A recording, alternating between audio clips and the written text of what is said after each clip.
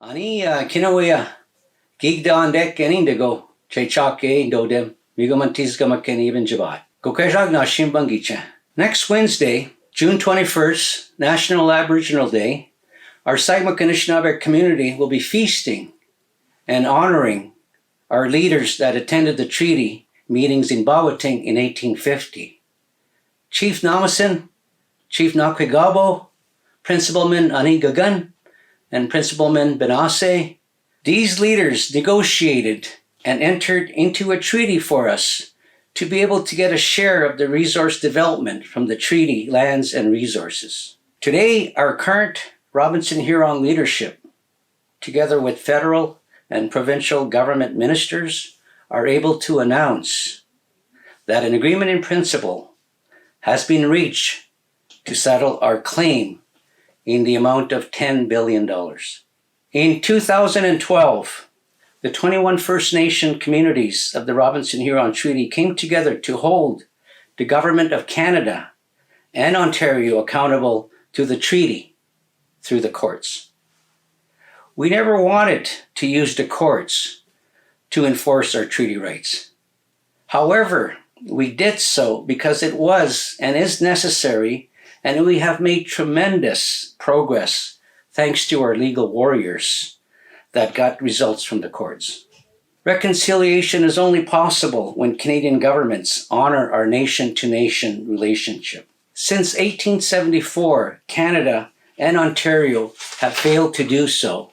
With this proposed settlement, we are now moving forward together on the path of reconciliation. The proposed settlement agreement only deals with the past compensation. This settlement is extremely significant, but we still have a long way to go. We still need to negotiate the implementation of the augmentation promise going forward. So we ask our Anishinaabe citizens and beneficiaries to be patient just a little bit longer and be mindful of the long-term future that lies ahead for us as peoples and communities that need real development. In 1850, our Anishinaabe leaders included the annuity clause in the Robinson Huron Treaty to provide for us the sustainability of our nation, our communities, and future generations to come.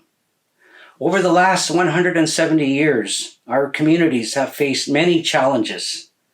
Our governments, our identities, languages, cultures have been undermined.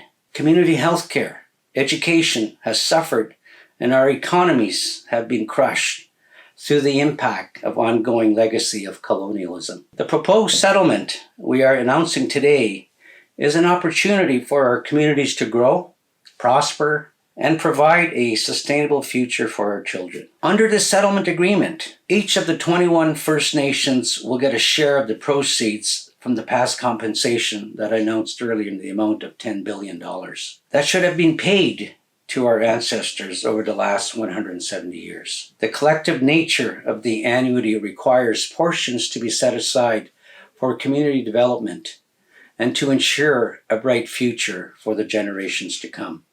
There will also be an individual component to the annuity, and the First Nations will distribute this money to each individual. This amount has not yet been determined. The compensation will be distributed to 21 First Nations according to the terms of the Compensation Disbursement Agreement. That was adopted by the First Nation chiefs and councils at the outset of this case. The First Nation councils will be responsible for allocating funds for both community purposes and per capita payments to individuals. As the next step in dealing with the past compensation phase, the Robinson Huron First Nations will begin a community engagement process, including consultations with First Nation members to ensure the compensation funds are applied fairly, evenly, and uniformly across our communities.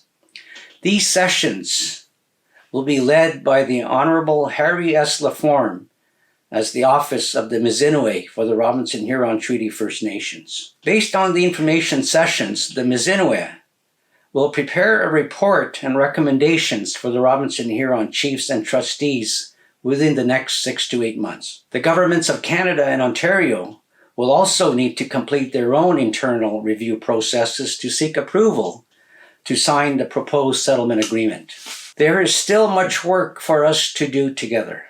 The proposed settlement will not be final until it is approved by all parties and the settlement agreement for past compensation has been given effect by the signature of all parties and endorsed by a judgment of the Ontario Superior Court.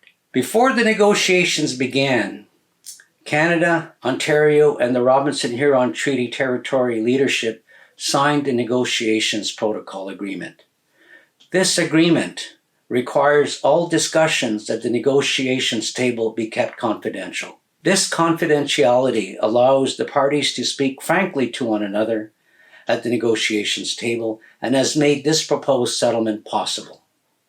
Once the settlement has been finalized, information about what the settlement means for you and our community will be shared with you in person and through other forms of consultations right here in Sagma. We know many of you and many in our communities have been waiting a long time for this settlement and for Canada and Ontario to respect our rights and their treaty obligations.